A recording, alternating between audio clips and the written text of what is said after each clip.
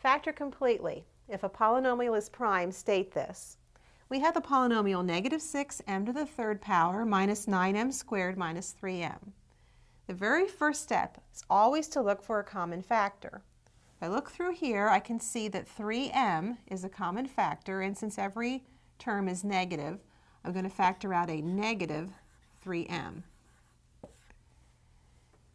Then I have 2m squared plus 3m plus 1, factoring a negative 3m out of each term. Then I look at the trinomial within the parentheses and see if that factors. If it does factor, it'll factor into two binomials. So I'll write a space for the two binomials. The product of the first two terms is 2m squared. My only choices there are really 2m and m. And my only choice for the 1 is a 1 and a 1.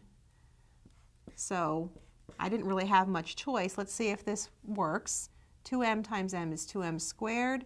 Then we have a 2m plus an m, which gives us 3m. 1 times 1 gives us the 1.